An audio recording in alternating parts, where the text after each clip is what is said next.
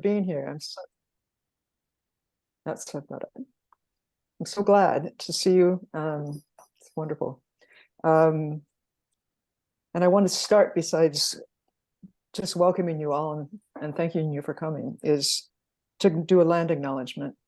And I find with this, as each year goes by, it just goes more deeper and deeper into my body. So I want to acknowledge the Squamish, Musqueam, Tsleil-Waututh, and Burrard Inlets people, whose ancestral, ceremonial, and unceded lands I'm grateful to live on. And I think I can speak for us all that we're grateful to live on. I also want to express my gratitude to our tech lead writer, artist Medwin McConaughey from Salt Spring Island, and co-host Ingrid Rose from Vancouver. Also, my launch co-organizer and host for today is from London, England, writer Alison Braid. Alison is the author of a chapbook, Little Hunches, which is a great title, published by Anstruther Press. She has recent work appearing in Event, the Slow Down Show podcast, and in Best Canadian Poetry 2024. That's great, Alison. Way to go. And I also want to thank my guests in advance, dear friends, and really very deeply companion writers for myself, Shaena Lambert, who we'll be hearing from, and Darrel McLeod. And Darrel's in Mexico, so we're going from Alison being in London, England, to him being in Mexico. And Wayde Compton is also going to be part of this event. He's teaching, so he did a video and sent it in this afternoon, and that will be posted when we hear from Shaena, Darrel, and Wayde. So here we are, writers, editors, teachers, mentors, publishers, reviewers, booksellers. We're all on this quest, and the quest is to gain deeper and deeper understanding of what it is. And certainly in our world today, that's a major question. So blessings on us all, and here we go. I'm going to turn it over to Alison. Welcome, everyone. Thank you all for celebrating the second edition of Betsy's remarkable book, Breathing the Page. This second edition includes 10 new essays. I'd like to take a moment to tell you about some of Betsy's contributions to the world of writing. The list is long. Betsy is the author of 14 books, the most recent of which was a second edition of her lyric memoir, Bloodroot, published with a new long essay in 2020. Great. So I have my camera turned off. Oh, and just a reminder to mute yourselves, please, when you come in. Betsy is the former director of the Writers' Studio at SFU and the Vancouver Manuscript Intensive. Betsy was a co-founder of the Creative Nonfiction Collective. She received the City of Vancouver Mayor's Award for Literary Excellence in 2016. In 2021, an annual national prize, the VMI Betsy Warland Between Genres Award, was launched. And in 2022, Lloyd Burritt's one-act street opera based on Betsy's memoir, Oscar of Between, premiered. A mentor, teacher, manuscript consultant, and editor, Betsy's quest to understand the act of writing and the nature of narrative ardently continues. So tonight we're joined by guests Darrel J. McLeod and Shaena Lambert, as well as Wayde Compton. They will soon be sharing an aspect of the book that has been a companion to them in their writing, teaching, and mentoring lives. Following their comments, Betsy and I will have a short discussion about what they've shared before Betsy reads from a new essay. Betsy and I will then have a discussion about her reading as well as the new essays in the book. And at the end, we'll have time for questions from you, the audience. If you can please save your questions and comments until we ask for them. We'd like to keep things focused without any interruptions from the chat. So I was lucky enough to work with Betsy on these new essays, and I say lucky because working with Betsy was its own kind of masterclass in writing. After helping to edit the second edition, I've come away with an even greater sense of gratitude for a book and a writer who is profoundly generous in their approach to writing, to teaching, and to building community. Betsy approaches writing from the position of a lifelong learner. Rather than suggesting we master craft, she asks us to investigate, identify, and be led by it. The resulting book is one that acts as a companion not only to students, but to teachers and established authors as well. So without any further ado, I'll introduce our first guest of the evening. Darrel J. McLeod is Cree from Treaty 8, Northern Canada.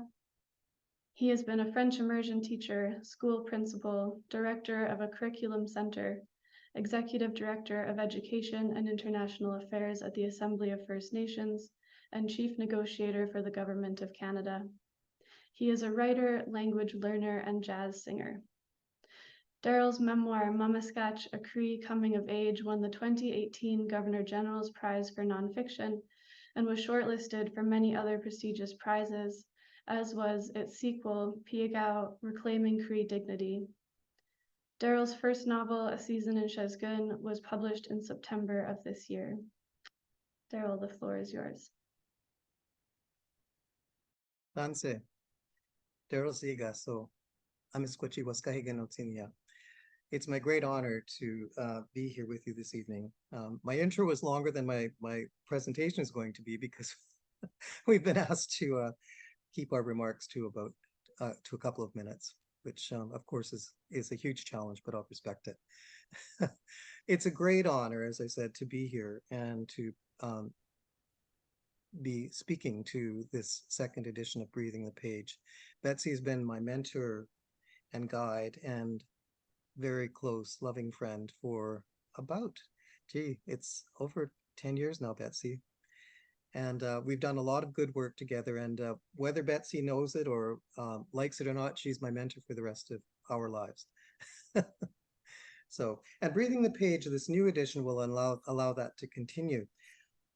If I could be so bold as to paraphrase the title, for me, the first edition and now the second edition are really about breathing the soul into the page. Okay, so Yeah, and there's one particular section that caught my attention and spoke to me so loudly that I'm going to have to study it and ponder it at length. And it's a section that's entitled Narrative Position. Because there, Betsy, you contemplate the role of the author, the role of the writer, and the special relationship that a writer sets up with their reader in their text, whether they give it a lot of thought or not, or whether it's deliberate or indeliberate. You address that, and I've never seen that addressed in any other place by any other master of the craft. So congratulations on that, and I invite everybody to look at that new edition very carefully, because it really does give us, causes us to really reflect in depth on our position in relationship to everything, really. It's a multifaceted approach. It's, as an author, where do I come from personally? What are my driving influences? What am I trying to accomplish? What am I trying to communicate? And what is that bond that I want to establish with my reader? And I say reader, I've asked a lot of authors that if they contemplate the reader when they're doing the writing, and most of them, including very seasoned authors, have said, no, they don't. And I understand that, because it can be a bit overwhelming, a bit daunting to try and contemplate who your ideal reader would be and who your readers might eventually be. But that particular chapter spoke volumes to me, Betsy, because without knowing it, sorry, that's my timer. Without knowing it, narrative position is what I had to contemplate in all of my work. In my memoirs, I had to contemplate my position in society, and that I was speaking to a broad society from that position, from where I was born, the way I was raised, my values, my ethics, my traumas, my joys, all of those things. And so thank you, Betsy, for inspiring me. And you know, it was so wonderful to read the second edition, because you inspired me all over again, just like you did with the first version of Breathing the Page. And I know I've treasured that book all these years, and as soon as I get the hard copy of this new edition, I'll treasure it and keep it as a desktop reference book as I'm writing.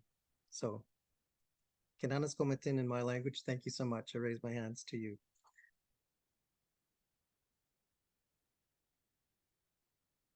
Thank you very much, Darrel. Our next guest, who Betsy mentioned, is joining via video is Wayde Compton. Wayde teaches in the Faculty of Creative Writing at Douglas College in New Westminster and Coquitlam, BC. He has written 5 books and edited 2 literary anthologies. His collection of short stories, The Outer Harbor, won the City of Vancouver Book Award in 2015. His work has been a finalist for 3 other City of Vancouver Book Awards, as well as the Dorothy Livesay Poetry Prize. Wayde is currently working on a reimagining of the Argonautica by Apollonius of Rhodes as a surrealist slave narrative set on the west coast of North America in the 18th century.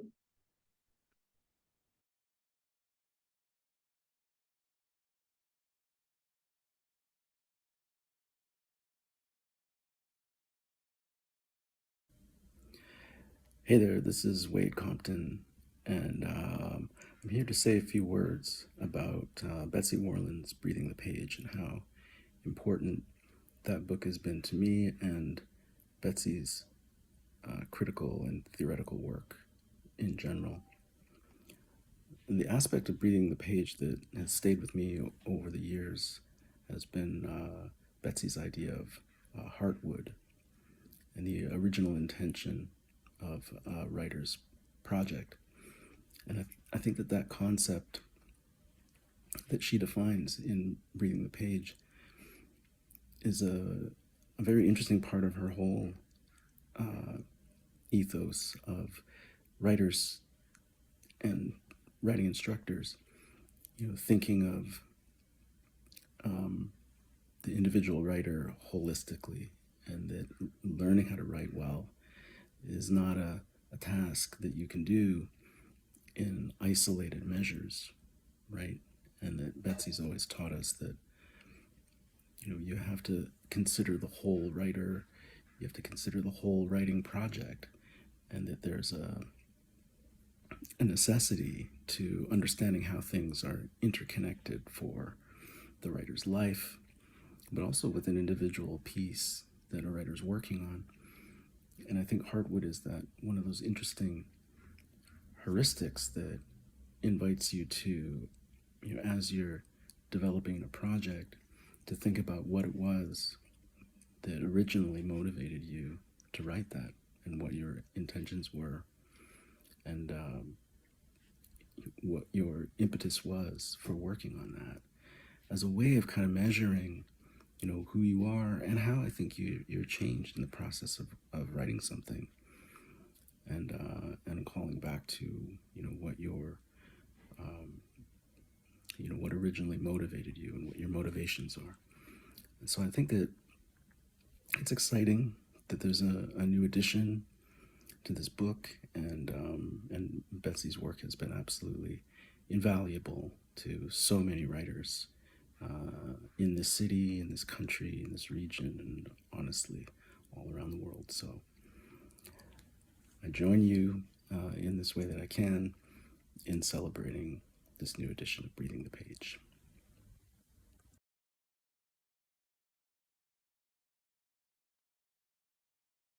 So thank you to Wayde, who is teaching at this very moment. Our last guest is Shaena Lambert. Shaena co-facilitates Tapping the Stream with Betsy, which is an annual writers' retreat at Hollyhock on Cortes Island.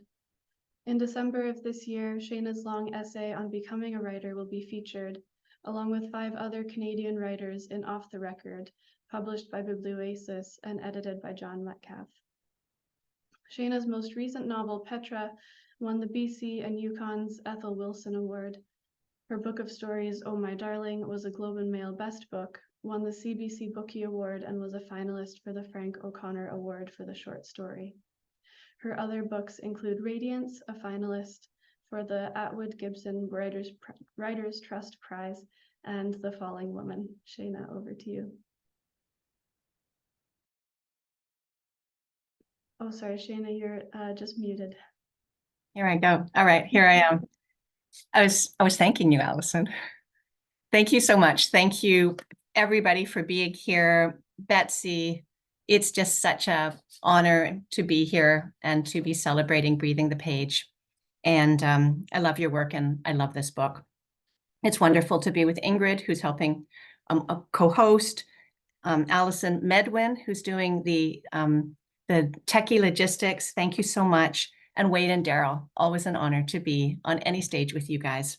And thanks to Cormorant for publishing this book, for taking the risk again and again to just share this unique vision.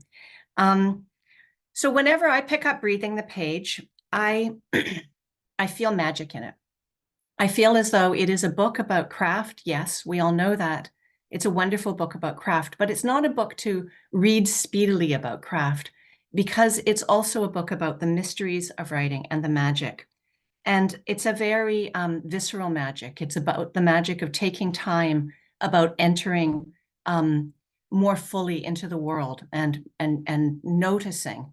So I think that's the aspect of the book. And I'm going to talk about the alphabet section, but I just wanted to say that this aspect of the magic and mystery of writing, the art, the sort of the mysterious art that is so imbued in the book, shows up in, you know, in everything, in the sections about inscription, about marking the page, about progressing to line and how line calls. I love that, you know, line is like a fish line, and it's calling on one side and being held on the other, and we're always in dialogue with line.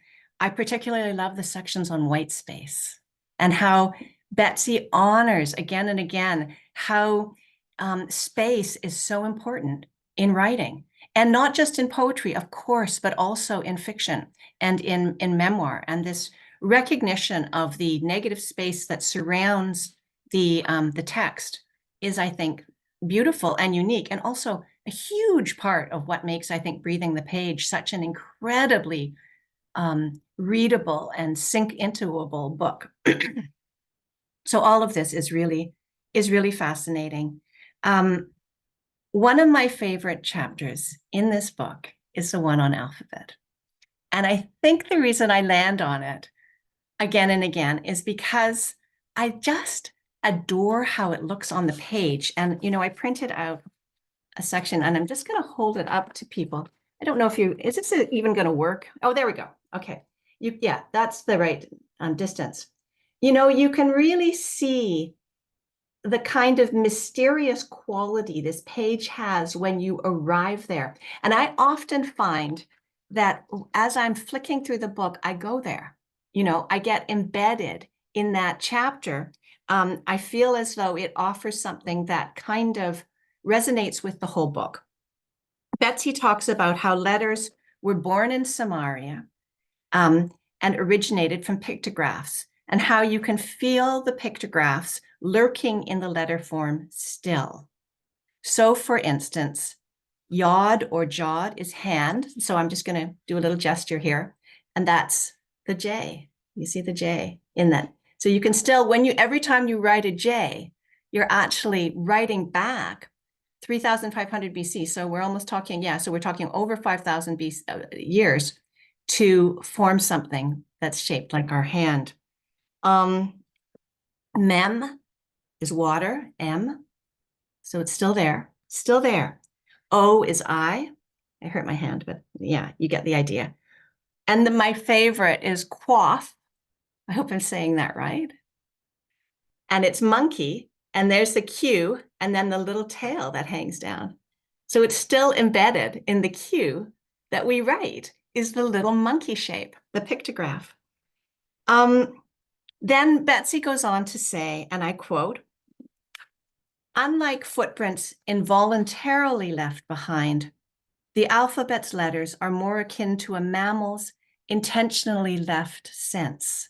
So you can picture a wolf running through the ferns in the forest and leaving its scent behind it. Scents that excite, that guide or invite. Alphabets connote our absence because, of course, you read it when the author isn't there. So you can feel in their trail, as she says, the slithering of the snake in the S and the O in the moon. Then Betsy says, our textual bodies then circulate in a random, sensuous, and unlimited manner as a note in a bottle at sea or seeds on the feet of migrating birds. I love this idea, and I feel also that it gives me hope as a writer to think that the sensuous, random, and unlimited manner in which our texts communicate goes far from the authors who made them. There are so many chapters of rare wisdom here, Betsy, that I have taken heart from as a teacher and as a writer. You know, some of them have been mentioned already. Scaffolding is one of my favorites. The comma story versus the comma story versus the coma story, which I usually think of my mother-in-law. Heartwood, yes. But, you know, I think that all of these stories are part of the language of teaching and the art and craft of writing in Canada and far beyond. I know I refer to them all the time when I teach, and that what I think you've done is they will continue to circulate for years to come. And far from Betsy, the author, they will be like the seeds on the feet of migratory birds. So thank you.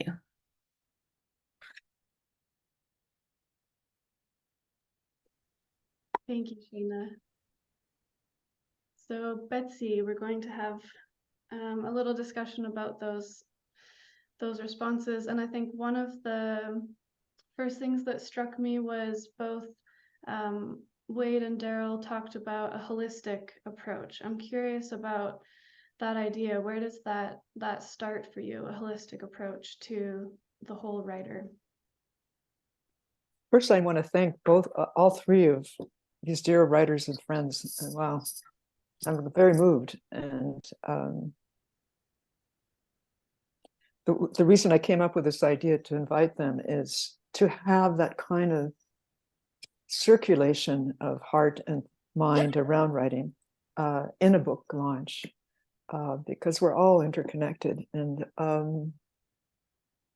just found it very nourishing and wonderful and exciting to hear those comments. So pose your question again, if you don't mind. So both Darrel and Wayde commented on this holistic approach that you have regarding the writer, the whole writer. I'm curious where that comes from for you. It comes from my. Are we okay here with sound? Yeah. I think. Okay.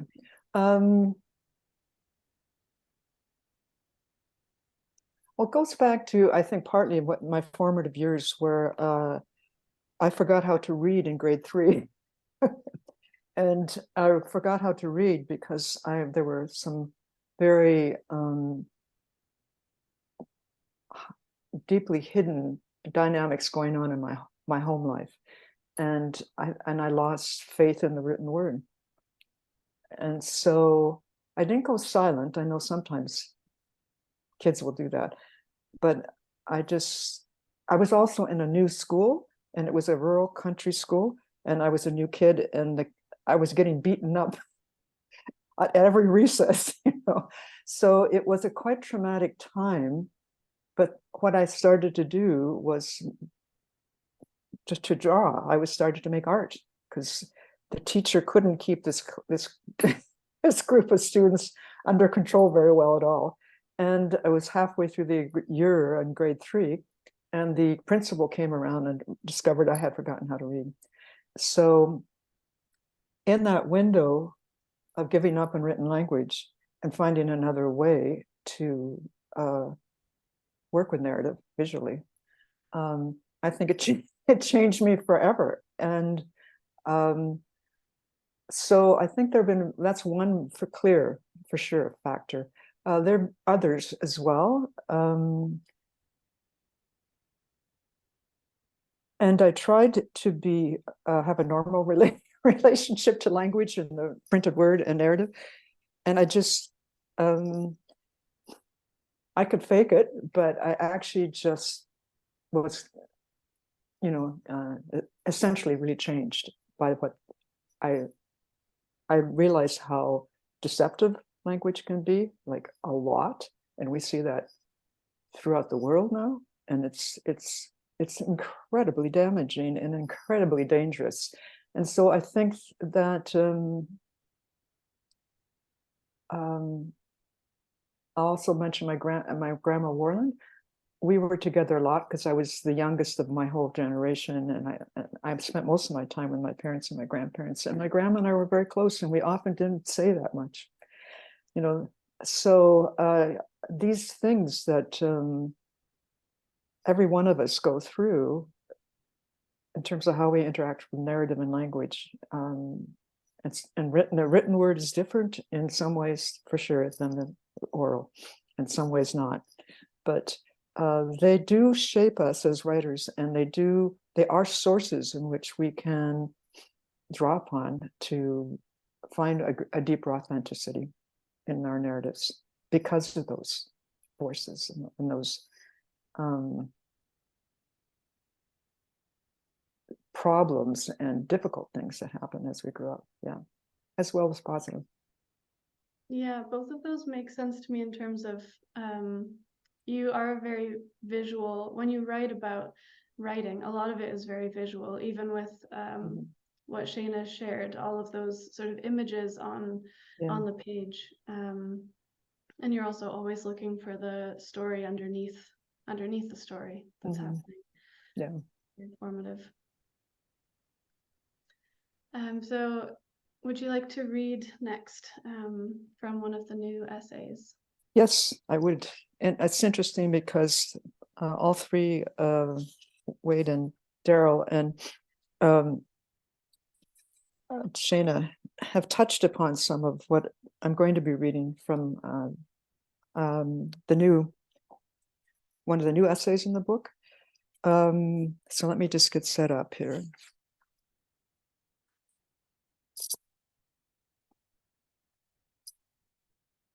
I just have to acknowledge once again, and I'm quite deeply emotional thing for me right now today, what we're doing here. And so I feel very grateful. And I kind of thought, is this a crazy idea of how to do a launch? But this is what mattered to me, is what we're doing. So I want to thank all of you for the behind the scenes and the three guests, and all of you who are coming to it.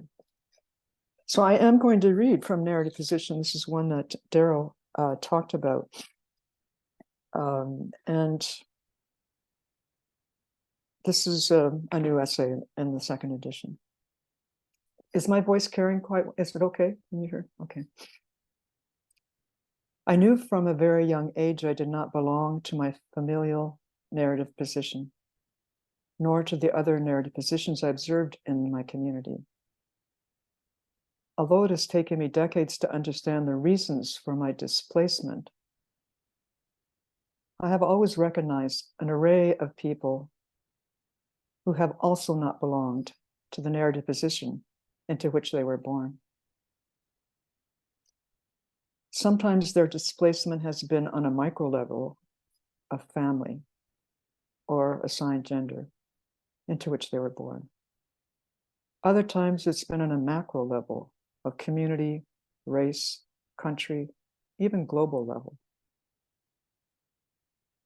And for some, their disjunctive narrative position has been both micro and macro.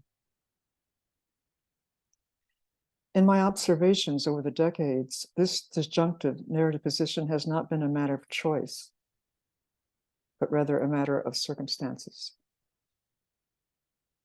Disjunctive or shifting narrative positions are in fact more inherent in all genre narratives than we assume. And that's all three of you who are talking today gestured at that. When we consider narrative position, we commonly describe it in point of view terms: first person, second person, third person limited, or omniscient linear. In addition, I also take into account the very nature of the narrative itself.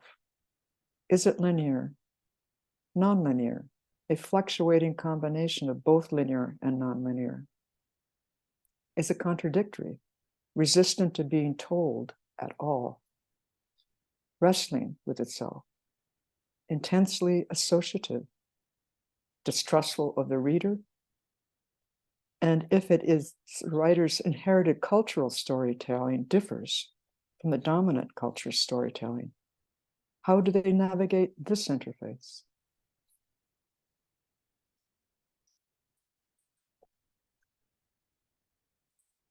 Atypical and disjunctive narrative positions are less a matter of choice, as I've already said, and more a matter of circumstances which we are born, circumstances in which we become adults. I suspect that the majority of writers' narrative positions differ from the norm, just as Dickinson affirmed, "Tell all the truth, but tell it slant." Accuracy and authenticity of the narrative position is what makes a reader passionately stay or distractedly drift away. It's that simple.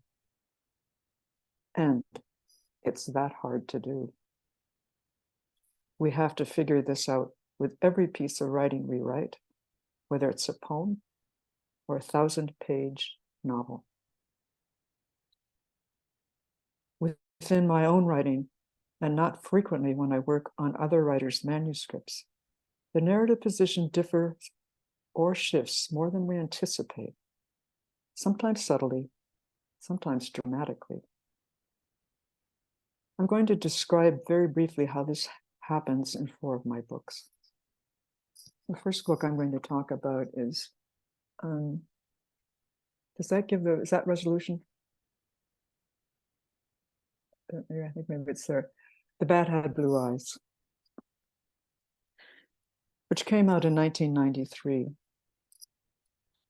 It's a poetry and prose book-length narrative unearthing a familial secret that profoundly shaped my relationship to narrative and how it is maintained.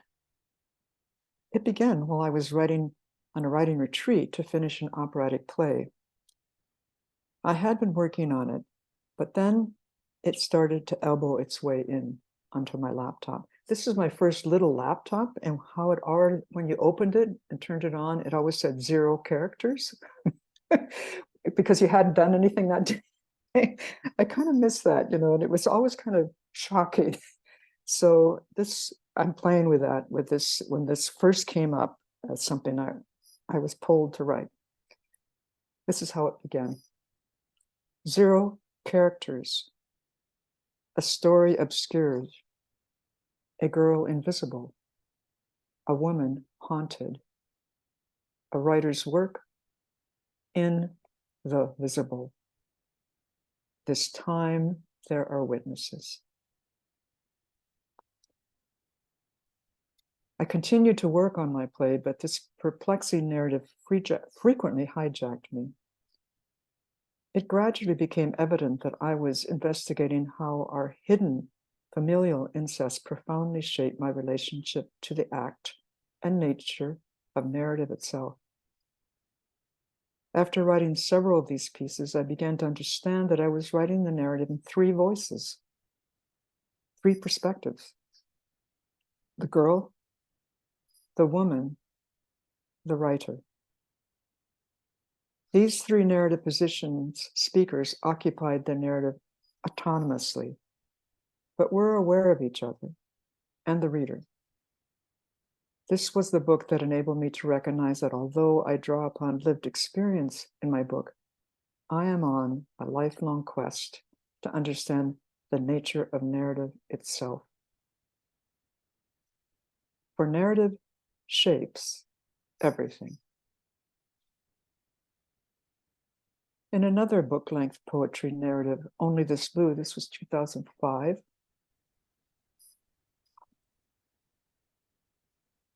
The narrative structure happened so organically that I wasn't even aware of it until well into the first draft. Sometimes the story was told in first person, sometimes second, other times third. In this case, these were all emitting from me in the same real time. This narrative was about a difficult, life-threatening illness, and my relationship to this experience oscillated between intimacy, disassociation, and isolation. Each poem sequence embodied its accurate point of view. Neither I, nor remarkably most of my readers, were consciously aware of this shifting point of view because it was so inherent, true to the lived experience. This is an excerpt. The body cowers in bone thinness despite nascent fluidity of dappled light, avoids, new leaf, shadows, suddenly clotting sidewalk, spectral chill, ink into blotter.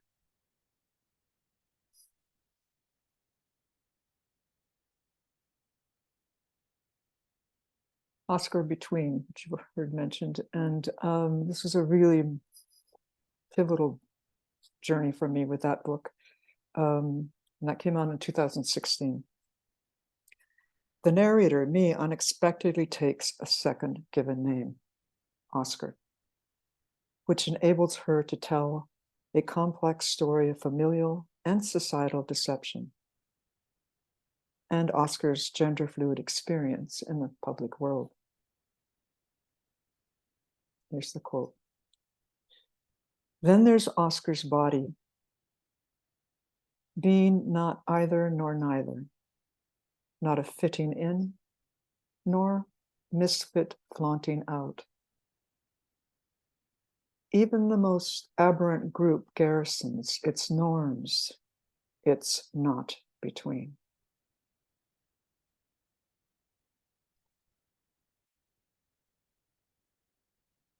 And my last book I'm going to read from is Lost Lagoon, Lost in Thought. That came out in 2020, and it was actually my first online launch. It was all set up, and that's when it became very clear that there was a pandemic, and canceled the launch. And we just made this up how to do it online. It was really crazy, and it actually turned out to be quite magical. So there you go. Backed into a corner. We have to come up with something as writers.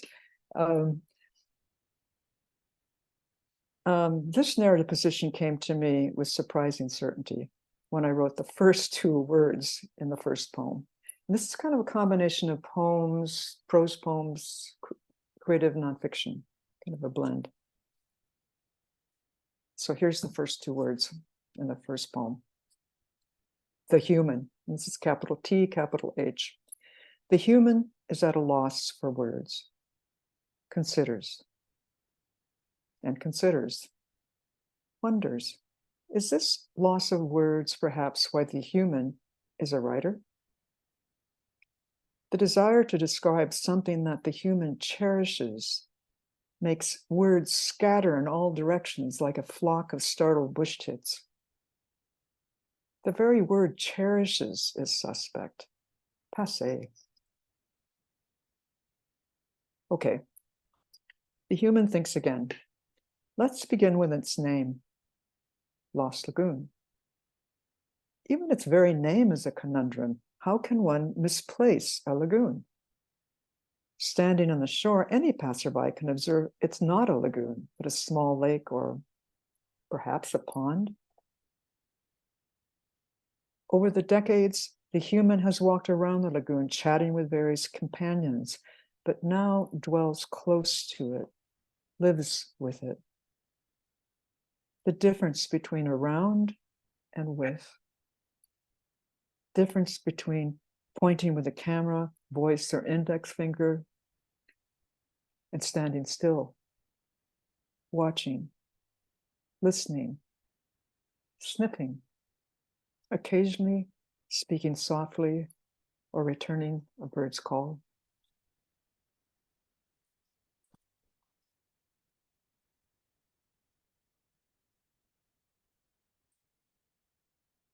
Just across the street from the high and low-rise buildings cheek and jowl-ness, Lost Lagoon life is, once again, the human is at a loss for words. The lagoon resists being depicted, summed up. The human admires this. By the sixth poem, I realized that I needed to address the reader about my odd narrative position. And I'll just interject here. I showed these first pieces to a few of my writing friends, and some really completely related to it, and some really didn't like it. In life, in and around Lost Lagoon, it is likely that the human is not perceived as she, he, or I. In the natural world, we are awkwardly, self-consciously, often dangerously, the human.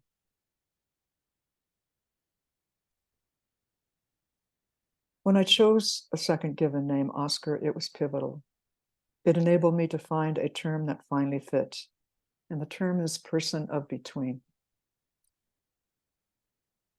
This, in turn, enabled me to investigate my core societal concern about our rampant, massive societal deception, paranoia, and violence that is literally destroying us. In turn, the name the human was the most honest signifier for our relationship to narrative. These two names, Oscar and the human, aren't fictional devices. They signal accurately my narrative position.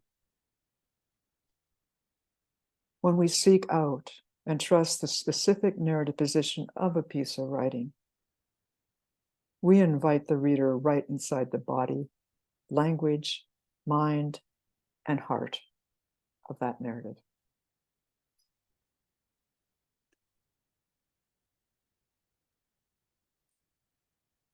Over to you, Alison. Thank you, Betsy. That was beautiful. So Betsy and I are going to discuss the new essays, and then we'll take some questions from you. So please feel free to put your questions in the chat, and when the time comes, we'll do our best to get through as many as we can. So Betsy, I wanted to ask, one of the considerations when you started working on the second edition was whether or not to revise the original essays. And you decided, as you mentioned in the intro, to leave them untouched, that they were created in a specific consciousness that can't be replicated. How do you feel you've changed as a writer and as a teacher since that first edition came out?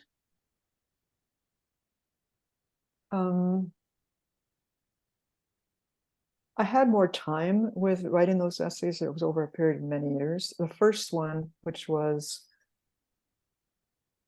the first one? I think it was the paper. It was just, my son had been born. And so I had to move into writing short pieces because I was in the night shift. That's two moms. And so that's where I had to, and because becoming a mother is so profound. And so and then eventually we found out he was deaf. And so there was a whole, when Shaena, you were doing those, yeah, it's interesting. It was like, in fact, I dedicate this book to my son, Breathing the Page, because I feel I've learned so much from him. And so here years later, I'm learning less sign language, then eventually he got cochlear implants and he's oral. But it was I was director of the studio then, and so I could put out the word too when I was focusing in one of these concepts for any of the writers who were in the studio who I'd worked with individually in manuscript consult or in my mentor group or teaching something. If they wanted to send me something they had written in reaction to that, or exercise I had given, or a poem that I had helped reworked with revisions. So that was really lovely, that there was this kind of loop that I could draw upon. And in fact, Ingrid was in the first year and in my mentor group. And there's a great piece in there about of her piece of writing there. So that was very much a community situation, and a really change in my understanding of life, having an infant. So this was much later that I was working on these. It was last year, was it, Alison? Like I got 2 months. Because I'm a freelancer and I have been my whole life, I have to work full time. And so I didn't have as much time to write those new ones. I probably would have liked to have them a bit more. But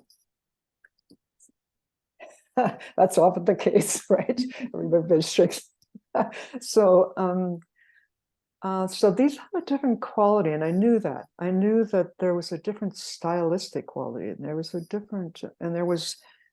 bringing writers who were in the studio excerpts from some of their writing as examples, and so it was quite a different environment. And yeah, we both looked at. I asked Alison to read the book, the whole book. I thought, I don't think I can sit down and read the whole book and then write new things. So I had to trust her, which she's a very good person to trust. And it was, they had to be as they were. Yeah. And I think the style is a bit different with how I work now and right now. And there aren't examples, except sometimes from my own books, but most there aren't examples. I'm still deciding. I've just got the book, and so it's, as any of you have known who published a book, when it's in the book, it's like, it's viscerally really a very different thing. And I have to get used to it, kind of, so I'm still getting used to it. I like how it feels. And there was an essay in there, which I wrote in 2016 called Narrative and the Lie. And I referred to that in another one of the essays. And then my publisher said, I'd like to look at that essay. I said it previously, it's been unpublished and it was written in 2016. And he said, I would like to look at that essay. So I sent it to him and he said, it's got to go in the book. And that was an essay talking about how soon as we enter narrative, certainly as writers, but any human, as soon as we enter narrative, we're entering the, not even possibility, the probability of the lie. And there's all kinds of reasons for that, internally, externally, all kinds of reasons for that. But it's a very powerful thing when you're working with narrative, because it's so easy to drift into a lie. So given what we're experiencing now in the world, in terms of who's telling the truth about anything, whether it's you're buying a car or, what's happening in Palestine, or, whatever you talk about, we're in a huge crisis around narrative and its veracity. So I'm glad that those pieces, those other essays are in here. I'm still getting used to them, and they're different. They're different. But I did rely on Alison because she's she's a wonderful writer and has a lot of acuity. So it was I replaced those former students, and you're not a student of mine, but someone younger on the whole. and that was really a good sort of balance for me in terms of working with you. And you made suggestions sometimes, and we had to figure out how we put them packaged into together in units. And so time will tell. I feel like it was the right thing to do, but I don't feel I have enough distance from it yet. Something that we talked about when you were working on the new essays was the idea of process versus craft. And you write about being instinctually a process writer. Yeah. And I had a line that I copied out. You said that you're on a lifelong quest to embrace a force of revelation, connectivity, and tenderness. Yeah. And a lot of writers talk about process, but I don't think I'd ever heard someone talk about process in connection to tenderness, which I think is beautiful. What does that connection mean to you? Yeah, it means that I feel it's a sacred covenant, really. And I will say that now. I was hesitant to say that for a long time. If a narrative seeks us out, I feel it's a sacred covenant, and that it's a profound entrustment, and I take it. And so that's why I have that connectivity, and that kind of humbleness is crucial. Because, what I say in my classes, you heard me say this, Alison, has been a TA in one of the ones I remember of inquiry. I teach online now, but the narrative's the boss. That's it. You can come up with all these great ideas and these great goals and everything. Go ahead. But if it's going to lift off the page, and if it's going to really be of value and quality, the narrative's the boss. And when we go off track, it's because we try to take over. And so it's incredibly humbling art to be working in. I think it's true of any art. It's that art form and that particular tune or that particular concept or that particular story. It knows precisely how it wants to be told. And that's a relief in some respects, but it's so easy to get off track if you've got a great idea, right? That's the tenderness it is a tender relationship. It's a relationship of profound trust, the narrative and the writer. Yeah. Well, maybe we'll stop at tenderness. It's a nice place to pause. And we are at 5, but were there any questions in the chat that we could pose to Betsy quickly? Medwin.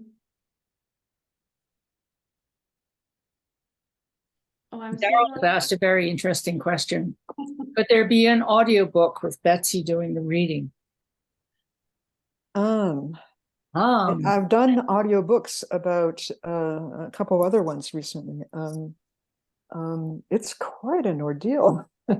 Ingrid and I I asked her to help me with this with Bloodroot, but I'd like to do something audio. Yeah, whether it's an audio book, I don't know, but I know that the voice is really. It's really, I don't know what the word is for it. It matters. It matters. The voice matters. Yeah. Particularly if you're, some people say I have a quite poetic kind of way of working. In some ways I do, because of how I work with space, etc. The musicality is really important to me. And if I'd been anything other than a writer, I would have liked to have been a composer. So there are qualities that, are a fit, but it's a major task. So, but thank you. Thank you for asking about that. And there's a comment here from Cornelia Hoagland, who had to leave. Yeah. She says, thank you, Betsy, for being on a lifelong quest reading narrative. Thank you for this reading and discussion. I appreciate you and your writing. Was glad to hear you speak about the human of lost. Yeah. Cornelia lives on Hornby, and it's very, very deeply there in that environment. So yeah, it's good to hear.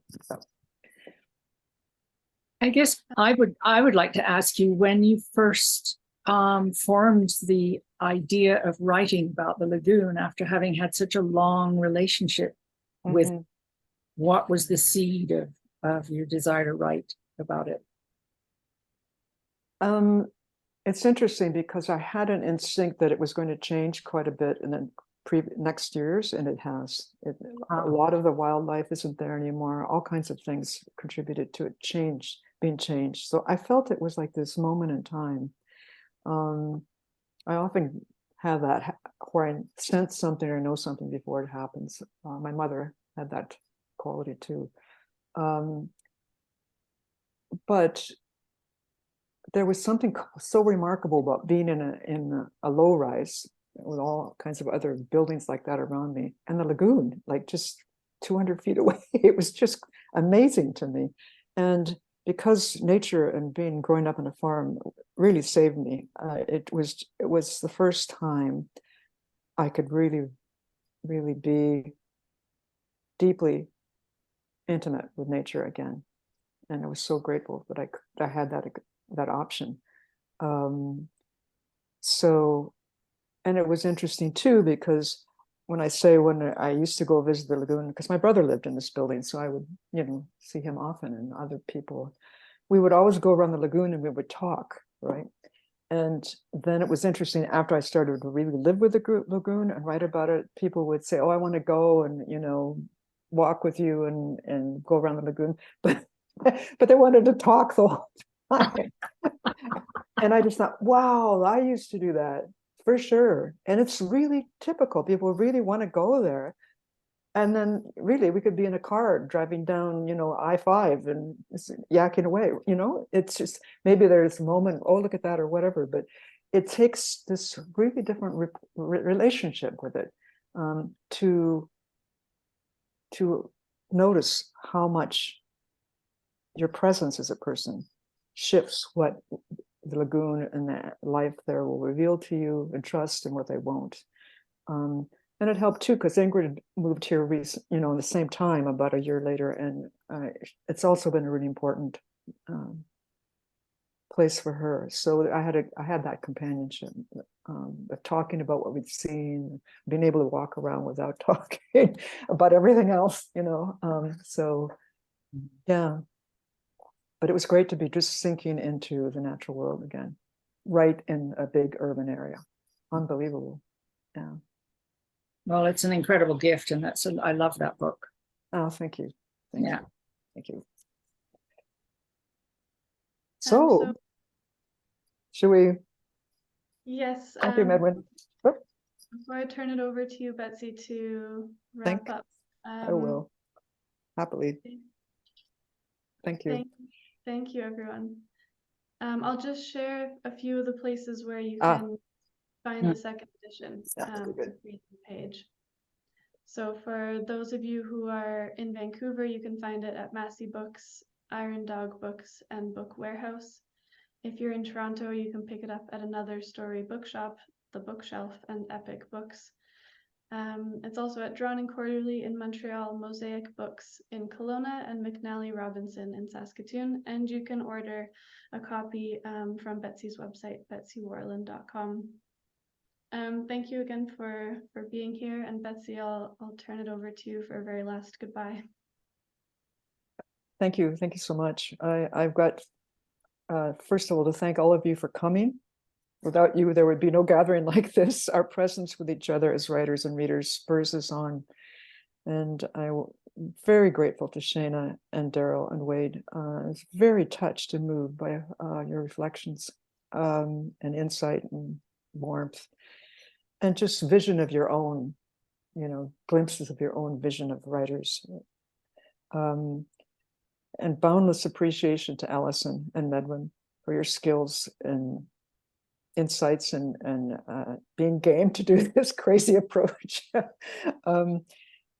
And also my gratitude to writing teacher, writer's radio host and interviewer, Ingrid Rose, my companion in this quest. And and who knew what to do when I didn't know what to do as I planned this launch. So much gratitude. And I'll just want to say,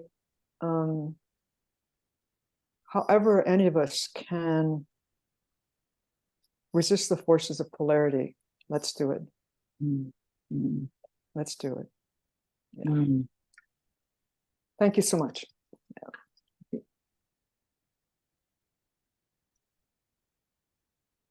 And so can we closing and then I can look at the chat, Medwin? Is that possible? Or do we have to do it all at one time? I just want to say I have to wait until the recording is completed. Okay. But we can close. Yeah. Can And you I see could- the chat, Betsy? I'd like to go into the chat if I could. Can you click on chat in the I bottom just- of the screen? There we go, chat. Mhm. There we go. It's a lot of gratitude coming at you in the chat. There we are.